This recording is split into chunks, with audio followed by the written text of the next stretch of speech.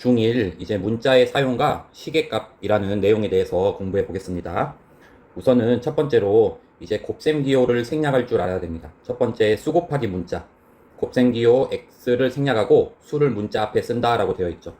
예를 들어서 5 곱하기 x는 붙여서 5x라고 쓰시면 됩니다. 그리고 a 곱하기 마이너스 7은 숫자를 앞으로 써야 되니까 마이너스 7a라고 쓰면 됩니다. 수와 문자의 곱은 수를 앞에 두고 곱셈기호를 없애버리면 됩니다. 두 번째, 문자와 문자의 곱입니다. 곱셈기호를 생략하는데요. 보통 알파벳 순서로 씁니다. 예를 들어서 x 곱하기 y는 xy라고 쓰시면 됩니다. a 곱하기 c 곱하기 b는 abc 알파벳 순으로 쓰시면 됩니다. 그러면 이 문자와 문자 사이에 곱하기가 생략되어 있는 거다라고 생각하시면 됩니다.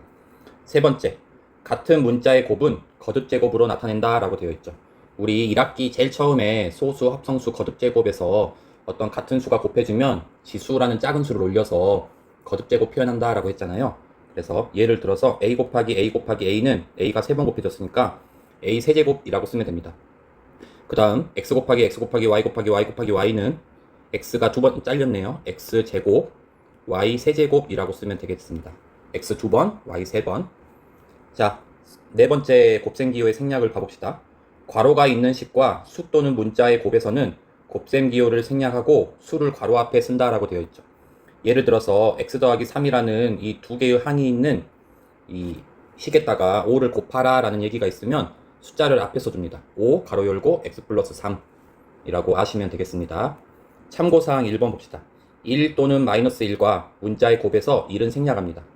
1 곱하기 x는 x고요. 마이너스 1 곱하기 x는 마이너스 1x라고 쓰지 않고요. 마이너스 x라고 씁니다. 알아두시고, 두 번째 0.1 곱하기 a는 붙이면 0.1a잖아요. 근데 여기서 위에 1번에서 1 생략이라 했는데 1 없애버리고 이렇게 쓸까? 라고 하시면 안 됩니다. 소수점은 그대로 자릿수가 중요하기 때문에 0.1a 그대로 곱셈기호만 생략해서 붙이시면 됩니다. 여기까지가 곱셈기호의 생략이었습니다. 다시 한번 봐볼게요. 첫 번째는 수 곱하기 문자, 수를 앞에 쓴다. 그 다음에 문자는 알파벳 순으로 쓴다. 그 다음에 같은 문자는 거듭제곱으로 표현한다. 그 다음 괄호가 있는 어떤 곱셈은 숫자는 앞에 이렇게 붙여준다. 그 다음에 1과 마이너스 1에서 1은 생략한다. 소수점은 살려둔다. 이렇게 곱셈기호의 생략 알아두시면 되겠습니다. 이제 나눗셈기호의 생략에 대해서 이제 보겠습니다. 나눗셈기호 나누기를 생략하고 분수의 꼴로 나타내거나 나눗셈을 역수의 곱셈으로 바꾼 후 곱셈기호를 생략한다 라고 되어 있죠. 여기 a 나누기 b는 a 곱하기 b분의 1 나누기의 정의가 역수를 곱한다 라는 거거든요. 역수를 곱한다. 그래서 나누기를 곱하고 역수치해도 됩니다. 그러면 가운데 있는 a는 위로 올라가니까 b분의 a라고 쓸 수 있죠. 단 분모는 0이 되면 안 됩니다. 저는 곱하기로 바꾸고 역수치해라도 많이 쓰지만 그냥 내리 깔아라. 뒤에 있는 걸 내리 깔아라. 이렇게 많이 씁니다. 내리 깔면 b분의 a가 되잖아요. 내리 깔아라. 알아두시면 됩니다. 문자를 1 또는 마이너스 1로 나눌 때도 1은 생략합니다. 보시면 a 나누기 1은 1분의 a, 1을 내리 깔았죠. 1분의 a는 그냥 자체로 a입니다. a 나누기 마이너스 1, 마이너스 1을 내리 깔아야 되죠. 마이너스 1분의 a입니다. 이거는 마이너스 a라고 쓰면 됩니다. 곱셈, 나눗셈의 순서에 항상 주의하셔야 됩니다. 예를 들어서 a 나누기 b, bc라는 게 있어요. 그러면 bc 사이에 이렇게 곱하기가 생략되어 있는 거죠. 그러면은 우리 이거를 지금 bc라고 있는 게 이게 괄호가 쳐져 있는 거라고 생각을 하시면 돼요. 그러면은 이렇게 bc가 내리 깔리고요. a가 위로 간다라고 생각이 되죠. 근데 만약 이렇게 생각할 수도 있죠. a 나누기 b 곱하기 c다. 이렇게 가로가 안 쳐져 있으면 또 얘기가 달라지죠. 그러면 나눗셈 곱셈은 순서대로 하면 되잖아요. 그러면 a 곱하기 b분의 1 곱하기 c니까 b분의 ac라고 되겠죠. 그러면 이 bc를 가로 쳐진 걸로 보느냐 가로 쳐진 걸로 아닌 걸로 보느냐에 따라서 문제가 이제 답이 달라지겠죠. 뭐가 답인지는 모릅니다. 자, 그 다음 봅시다. a 나누기 b 곱하기 c는 a다 그랬죠. 이거는 또 뭘까요? a 나누기 b 곱하기 c가 a인가요? a 곱하기 b분의 a, b분의 1이죠. 곱하기 c면 b분의 ac 아닌가요? b분의 ac. 그래서 요거는 좀 말이 안 되는 말인데요. 요것도 좀 실수 같고, 이렇게 가로 쳐서 생각한다는 게 보통의 생각은 아니에요. 그래서 아무래도 안 되는 예를 가지고 온 것 같습니다, 제가. 예, 표시는 안 했지만. 자, 그럼 한번 연습해 봅시다. 다음을 문자를 이용하여 식으로 나타내시오 라고 했죠. 1번. 전체 바둑돌 250개 중 흰 바둑돌이 A개다. 그러면 검은 바둑돌의 개수는 문자를 이용한 식 250개에서 A개 빼면 끝나는 거죠. 검은색이 나오죠. 2번. 한 변의 길이가 A cm인 정사각형의 넓이. A 곱하기 A잖아요. 그러면 A 제곱이라고 쓰면 되겠죠. 뭐 단위는 생략할게요. 3번. 한 개에 30g인 초콜릿 A개와 한 개에 70g인 초콜릿 B개의 전체 무게. 30 곱하기 A 더하기 70 곱하기 B죠. 그러면 30A 곱셈기호 생략 더하기 70B라고 하면 되겠죠. 4번. 5개의 값이 K1인 음료수 1개의 값을 물어봤죠. 5개의 K1이면 한 개는 5분의 K1이죠. 5분의 K. 5분의 K라고 써도 되고요. 5분의 1 쓰고 K를 가운데 써도 됩니다. 똑같은 표현입니다. 5번. 자동차가 시속 Xkm로 Y시간 이동한 거리죠. 저는 거속 곱시를 이용해서 거리는 속력 X 곱하기 시간 Y죠. 그러면 XY라고 곱셈기호 생략하면 되겠습니다. 문자를 이용해서 식을 세울 수도 있어야 되고 그 식을 간단하게 곱셈 나눗셈 기호 생략할 수도 있어야 됩니다. 자, 하나 더 연습해 봅시다. 다음 중 옳은 것을 찾아라 그랬죠. 우선 1번부터 볼까요? 나눗셈과 곱셈이 있으니까 순서대로 하면 돼요. 내리 깔아요. B분의 A죠. B분의 A에다가 요 하면은 B분의 A에다가 곱하기 2분의 1이죠. 그러면 2B분의 A가 되니까 1번 틀렸죠.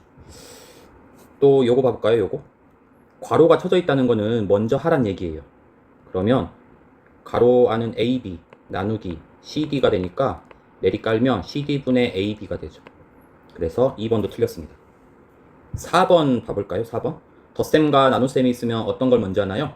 뒤에 걸 먼저 하는 거죠. A 더하기 C분의 B라고 하면 되죠. 그러면 요거를 하면 C분의 AC라고 통분을 해주면 C분의 B. 그러면 C분의 AC 더하기 B죠. 그래서 4번도 틀렸습니다. 그 다음에 3번 볼까요? 나눗셈인데 가로가 쳐져 있죠. R은 덧셈이고. 그러면 내리 깔면 됩니다. 내리 깔면 A 플러스 B분의 2입니다. 그래서 3번 틀렸네요. 답은 5번이 맞겠네요. 여기 봐봅시다. 여기 보시면 가로가 쳐진 거 먼저 해야 돼요. 그러면 2 곱하기 B 나누기 5분의 A죠. 2 곱하기 B 곱하기 바꾸고 역수치하고 그러면 A분의 10B가 되겠죠. 그래서 답은 5번이 되겠습니다. 곱셈, 나눗셈 기호의 생략. 나눗셈 기호는 내리 깔거나 곱하기로 바꾸고 역수를 취하면 됩니다. 그 다음에 이제 시계값에 대해서 또 공부를 해봅시다. 시계값. 자, 첫 번째로 대입이라는 단어에 대해서 아셔야 돼요. 대입. 문자를 사용한 식에서 문자를 어떤 수로 바꾸어 넣는 것을 대입이라고 합니다. 대입한다. 저는 보통 문자에 숫자를 넣는 거죠. 문자를 사용한 식에서 문자를 어떤 수로 바꾸어 넣는 것. 문자에다가 숫자를 대입하는 것. 2번. 시계값. 문자를 사용한 식에서 문자에 어떤 수를 대입하여 계산한 결과를 시계값이라고 한대요. 3번. 시계값을 구하는 방법. 첫 번째. 문자에 수를 대입할 때는 생략된 곱셈 기호를 다시 쓴다. 예를 들어서 x는 2일 때 3x 플러스 4의 값은 3x 플러스 4에서 3 곱하기 x 더하기 4니까 3 곱하기 2 더하기 4는 3이 6 더하기 4니까 10이다. x 자리에 2를 대입하는 거다. 이 x는 x 대신에 2를 대입하는 거예요. 대입하는 거고 이 12라는 게 시계값이고 시계값. 결과니까. 2번. 문자에 음수를 대입할 때는 반드시 괄호를 사용한다. 예. x는 마이너스 2, y는 3일 때 마이너스 3x 플러스 4y의 값은 마이너스 3x 플러스 4y는 마이너스 3 곱하기 마이너스 2 더하기 4 곱하기 3이 돼서 6 더하기 12 그래서 18이 시계값이다 라는 얘기죠. x자리에 마이너스 2를 대입하고요. y자리에 3을 대입하면 됩니다. 그러면 시계값이 나옵니다. 3번. 분모에 분수를 대입할 때는 나눗셈 기호를 다시 쓴다. x는 2분의 1일 때 x분의 4의 값은 x분의 4 자체는 4 나누기 x고 이거는 4 나누기 2분의 1이고 이거는 곱하고 역수 바꾸면 4 곱하기 2가 돼서 8이 된다 라고 했죠. 여기서 x자리에 2분의 1을 대입한다 라는 얘기죠. 대입, 2분의 1을 대입하는 거죠. 대입. 그러면 이게 결과가 시계값이라는 얘기입니다. 자, 한번 연습해 봅시다. 자, 연습 문제 봅시다. x는 마이너스 2분의 1이고 y는 2일 때 다음 중 시계값이 가장 큰 것을 골라라 라고 되어 있죠. 우선 1번 봅시다. y 대신에 2 넣고 빼기 x자리에 마이너스 2분의 1을 넣어요. 그러면 마마 뿌리니까 2 플러스 2분의 1 통분하면 2분의 5라고 쓰면 되겠죠. 자, 2번 봅시다. 4 곱하기 가운데점을 쓰죠. 마이너스 2분의 1의 제곱 빼기 가로 안 쳐도 되겠네요. 2. 그러면 4 곱하기 4분의 1 빼기 2 1 빼기 2 그러면 마 1이 되겠죠. 3번 마이너스 2xy 다 곱셈기호가 생략되어 있는 거잖아요. 마이너스 2 곱하기 마이너스 2분의 1 곱하기 y자리에 2 대입하면 됩니다.